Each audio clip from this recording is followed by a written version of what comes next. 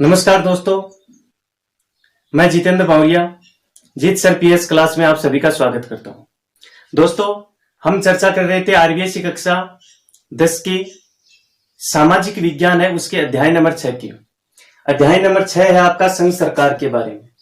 और संघ सरकार यानी सरकार चाहे संघ हो या राज्य की हो, संघ यानी केंद्र की सरकार, सरकार संघ की हो चाहे राज्य की हो, सरकार 3 अंगों से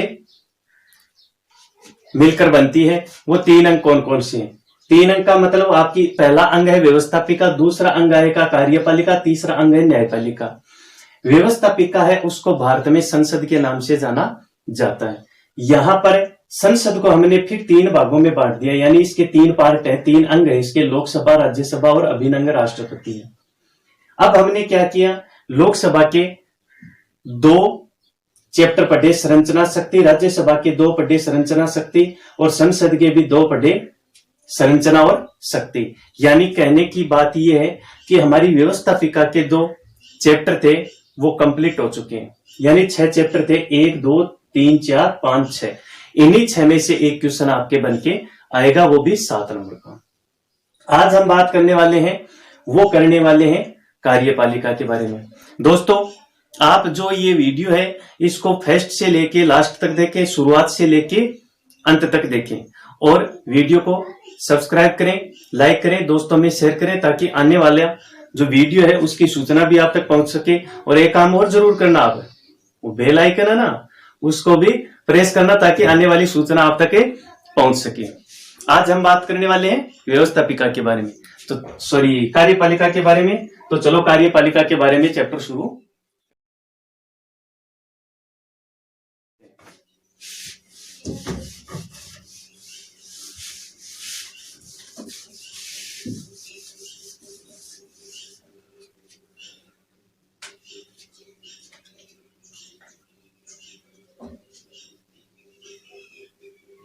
यह है आपकी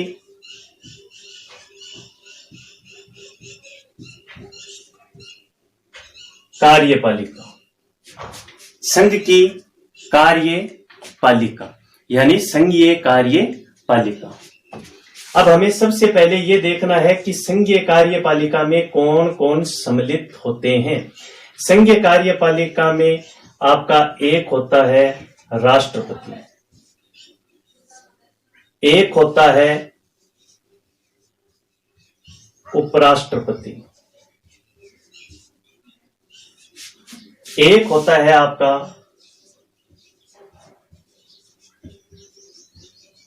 प्रधानमंत्री, एक होता है आपका मंत्री परिषद, और एक होता है आपका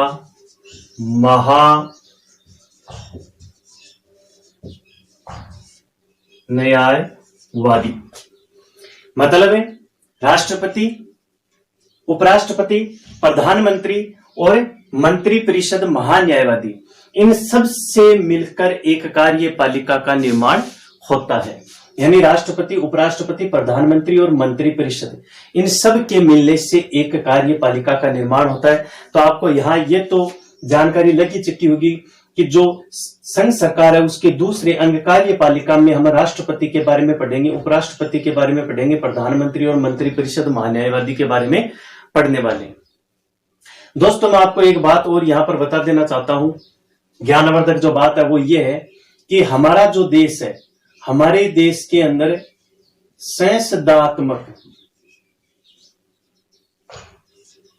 संसदात्मक व्यवस्था को अपनाया गया है।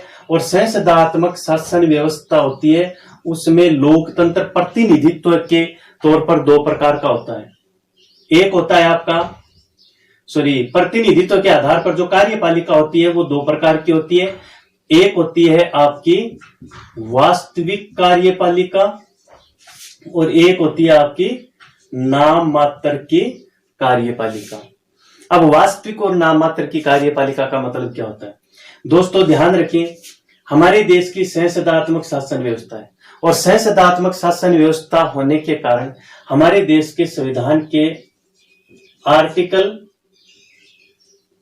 52 में कहा गया है कि देश का एक क्या होगा, देश का एक राष्ट्रपति होगा।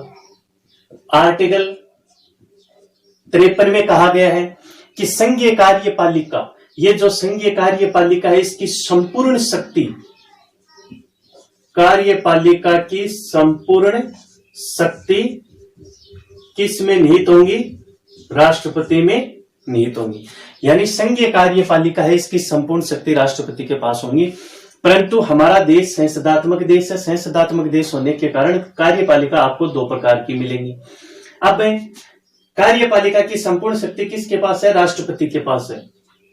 परंतु यहां पर राष्ट्रपति क्या करता है, अपनी सहायता के लिए, अपने सहयोग के लिए एक मंत्री परिषद का निर्माण करता है और अपनी शक्तियां वो किसको सौंप देता है, मंत्री परिषद को। समझ में आ गई। तो राष्ट्रपति ने अपनी शक्ति किसको दे दी, मंत्री परिषद को। अब देखो वास्तव में राष्ट्रपति की शक्तियों का इस्तेमाल कौन कर रहा है, यहां पर मंत्री परिषद कर रहा है। और मंत्री परिषद का जो नेतृत्व है वो कौन करता है, प्रधानमंत्री करता है। तो आप ये बताइए अब कि ये जो मंत्री परिषद है ये राष्ट्रपति की जो संपूर्ण शक्तियां है उसका इस्तेमाल किसके नेतृत्व में कर रही है, प्रधानमंत्री के नेतृत्व में कर रही है। तो अब बताओ वास्तव में कार्यपालिका की शक्ति का इस्तेमाल कौन कर रहा है, प्रधानमंत्री कर रहा है।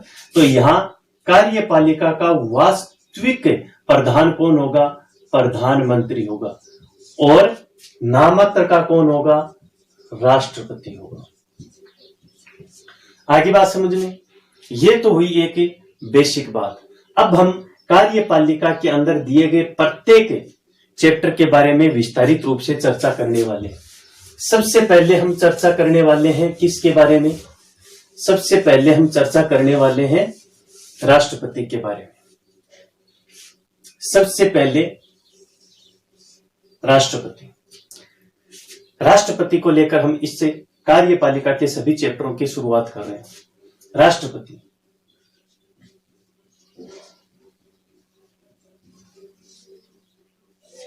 राष्ट्रपति के अंदर अगर बात करें हमें, तो राष्ट्रपति की पहली बात, पद का उल्लेख आर्टिकल 52 में। उसके बाद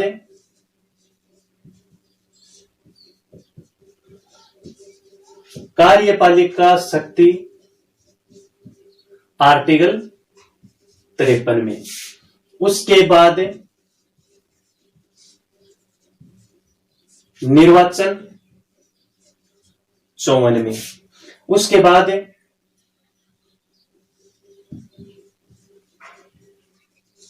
निर्वाचन पद्धति 55 में, यानी निर्वाचन करने का तरीका।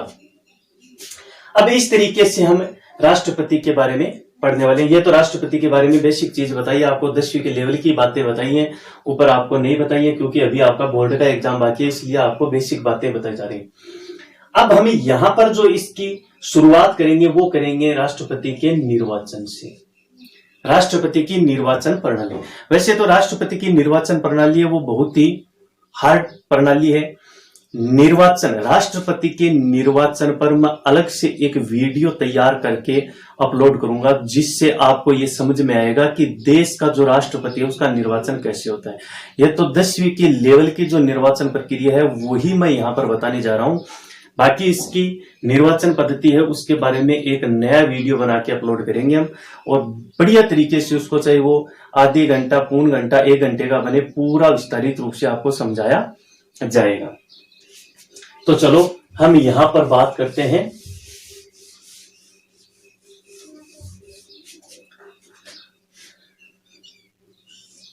राष्ट्रपति निर्वाचन। राष्ट्रपति निर्वाचन के बिंदु अगर हम देखें तो राष्ट्रपति निर्वाचन का पहला जो बिंदु है वो है आपका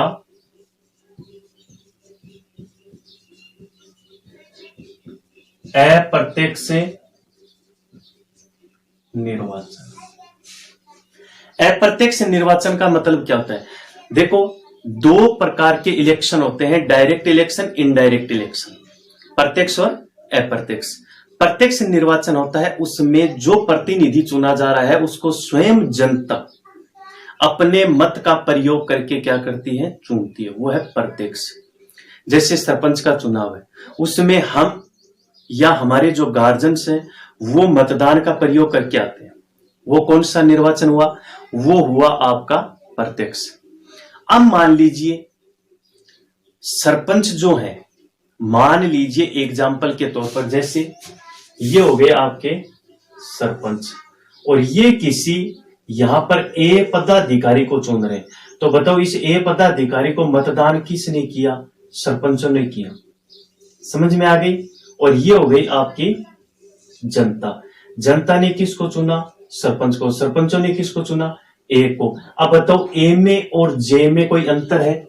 यानी सॉरी, कोई संबंध है? जे और ए में कोई संबंध नहीं है, यानी जे ने ए को नहीं चुना है। तो जे की दृष्टि से ए का निर्वाचन कौन सा हुआ? इनडायरेक्ट हुआ, अप्रत्यक्ष हुआ, क्योंकि इसके सामने नहीं हुआ, ना ही ये भाग ले रहे हैं। तो इसी तरीके से राष्ट्रपति का निर्वाचन क्या होता है? अप्रत्यक्ष होता है। अप्रत्यक्ष निर्वाचन का मतलब जनता इसमें भाग नहीं लेती है, ये एक इनडायरेक्ट इलेक्शन होता है। तो चलो अप्रत्यक्ष निर्वाचन की बात करें। अप्रत्यक्ष है मतलब जनता तो भाग नहीं ले रही है, तो इसके निर्वाचन में फिर भाग लेता कौन है? तो देखो, अप्रत्यक्ष निर्वाचन के लिए एक क्या बनता है? निर्वाचक मंडल। राष्ट्रपति के निर्वाचन में भाग लेने वाले सदस्य जो होते हैं उसका एक मंडल बनाया जाता है जिसको कहते हैं निर्वाचक मंडल। अब भाग लेता कौन है? भाग लेता है L+R, या फिर आप यू कह सकते हैं S, यानी लोकसभा, राज्यसभा, या कह सकते हैं संसद के निर्वाचित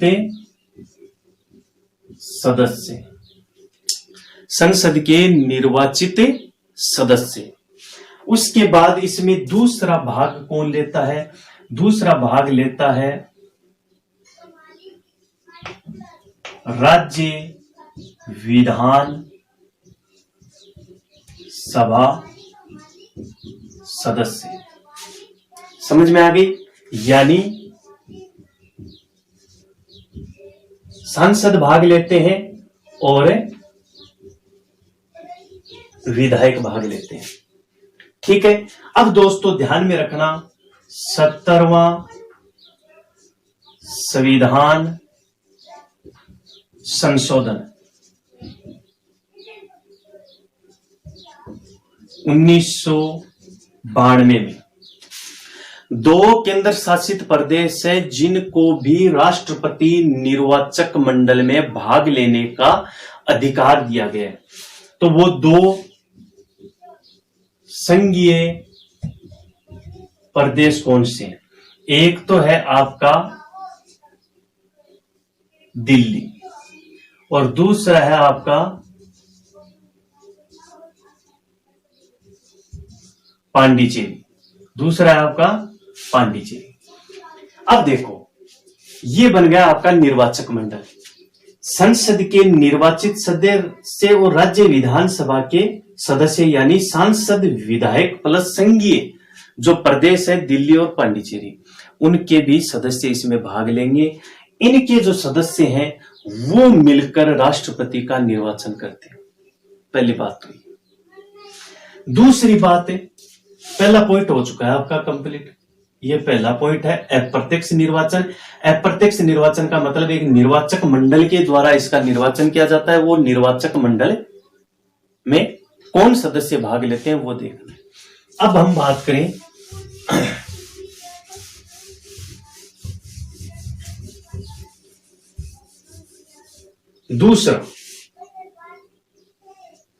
दूसरा जो बिंदु है इसका, वो है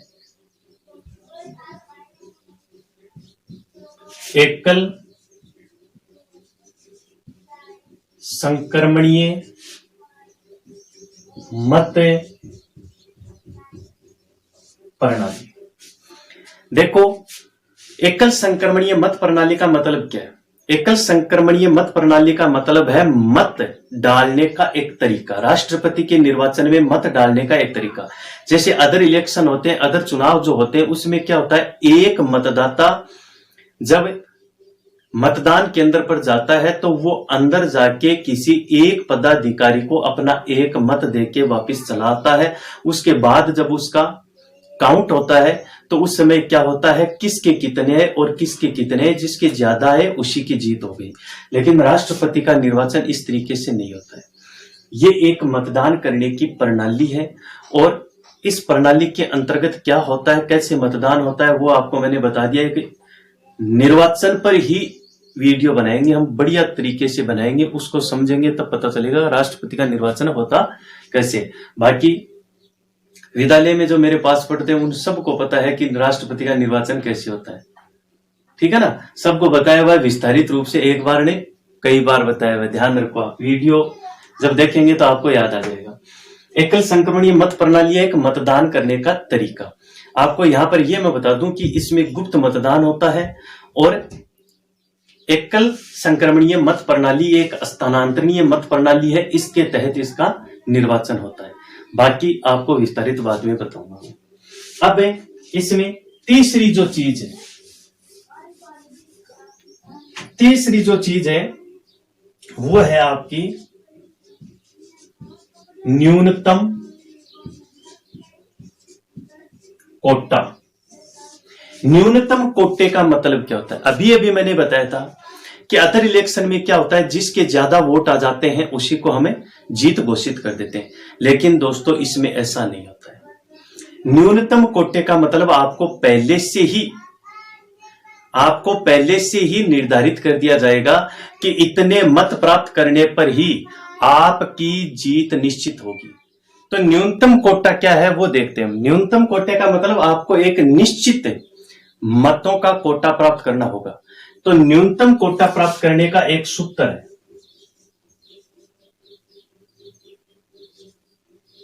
सूत्र क्या है? डाले गए वेद मतों की संख्या, डाले गए वेद मतों की संख्या बट्टा निर्वाचित होने वाले सदस्यों की संख्या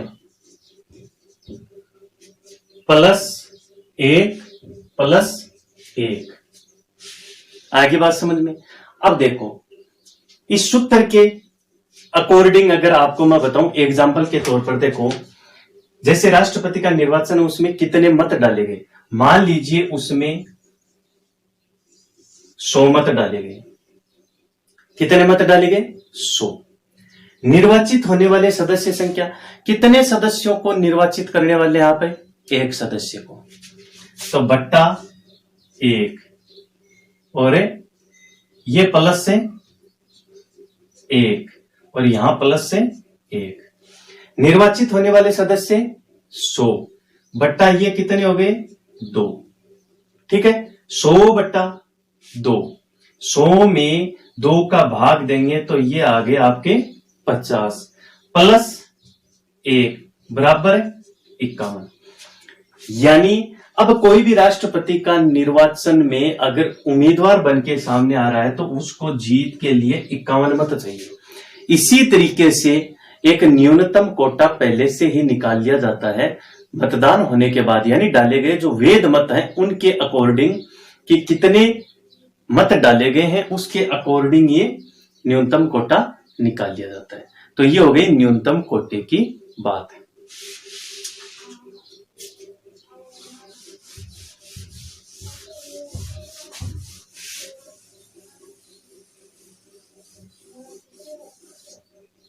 अब हमें क्या करना है? अब हमें चौथे नंबर पर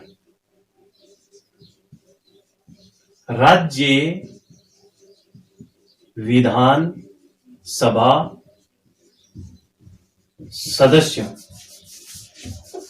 राज्य विधानसभा सदस्यों के मत का मूल्य निकालना है। राज्य विधानसभा सदस्यों के मत का मूल्य निकालना है। मत का मूल्य निकालने का मतलब कि जब एक विधायक अपना मतदान करेगा तो उस एक मत का मूल्य क्या होगा। एक मत का मूल्य निकालने का एक सूत्र है। वो सूत्र क्या है? तो उस सूत्र के तहत हम देखेंगे कि राज्य की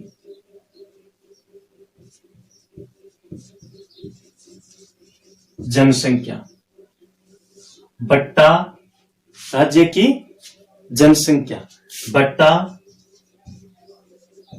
विधानसभा सदस्यों की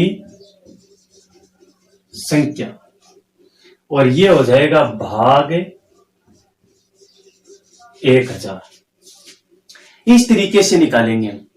अब देखो इस तरीके से कैसे निकालेंगे। इस तरीके से निकालने का जो तरीका है आपका वो ये है। इधर देखिए आप, राज्य की जो जनसंख्या है वो राज्य, जैसे राजस्थान की बात कर रहे हैं, राजस्थान की बात कर रहे हैं, राजस्थान के अंदर 200 विधायक हैं। एक विधायक के मत का मूल्य निकालना है तो राज्य की जनसंख्या। अब इसमें एक बात ध्यान में रखना दोस्तों, राज्य की जनसंख्या है वो 1971 की मानी गई है।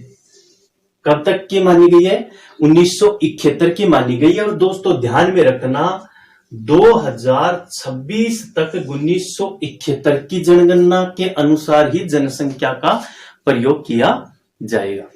अब देखो कैसे निकालेंगे। 1971 की जनसंख्या लिखो राजस्थान की इधर। राजस्थान की 1971 में जनसंख्या कितनी थी वो लिखिए इधर, लिख दी।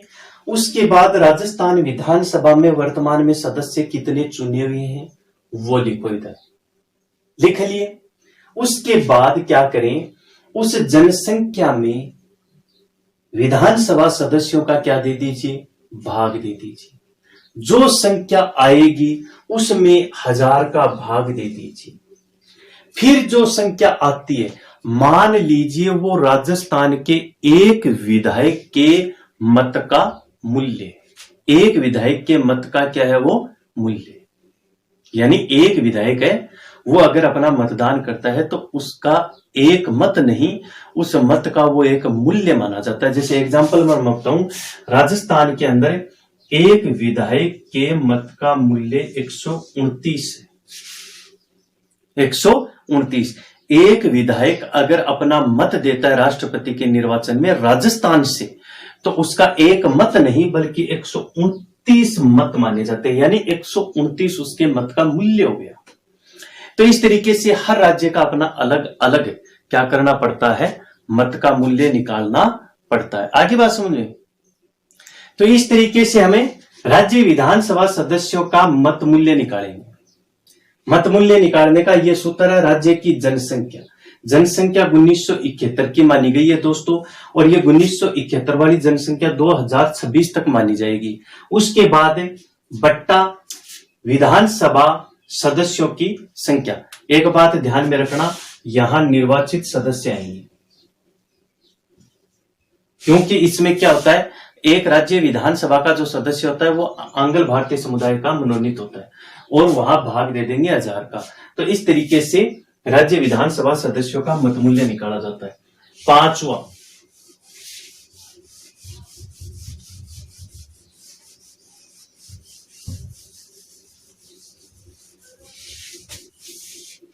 निर्वाचन का जो पांचवा बिंदु है वो है सांसदों का मत मूल्य, यानी L+R के जो सदस्य हैं उसका मत मूल्य निकालना है। यानी एक सांसद, यानी L का सदस्य हो चाहे R का सदस्य हो, एक L के सदस्य का या एक R के सदस्य के मत का मूल्य कितना होगा। तो इसका भी एक सूत्र हमें ध्यान में रखना होगा। वो क्या रखना होगा, ये सूत्र है। राज्य विधानसभा व संघीय विधानसभा के सदस्यों का कुल मत मूल्य बट्टा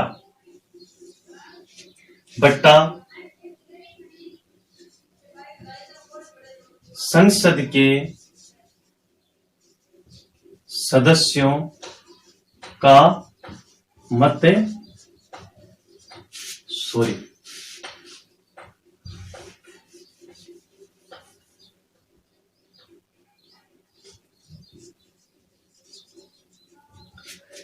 ये सूत्र है। अब सूत्र देखिए, राज्य विधानसभा व संघीय विधानसभा के सदस्यों का कुल मत मूल्य, आगे बात समझ में, और संसद के सदस्यों की संख्या। अब आपको मैं समझाऊं थोड़ा सा। राज्य विधानसभा का मतलब है सभी राज्यों की विधानसभा के जो सदस्य हैं उन सभी राज्यों की विधानसभाओं का मत मूल्य निकालना है।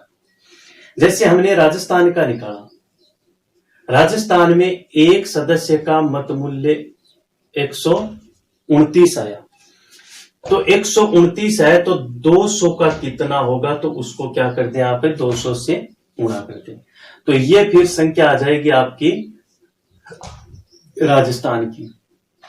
इसी तरीके से सभी राज्यों की निकालो टोटल, और फिर आगे मैंने लिखा संघीय विधानसभा। संघीय विधानसभा का मतलब जो आपके केंद्र शासित प्रदेश है, संघीय क्षेत्र मान लीजिए, सॉरी यहां पर केंद्र शासित प्रदेश है, केंद्र शासित प्रदेशों की जो विधानसभाएं हैं उनका भी मत मूल्य निकालना होगा।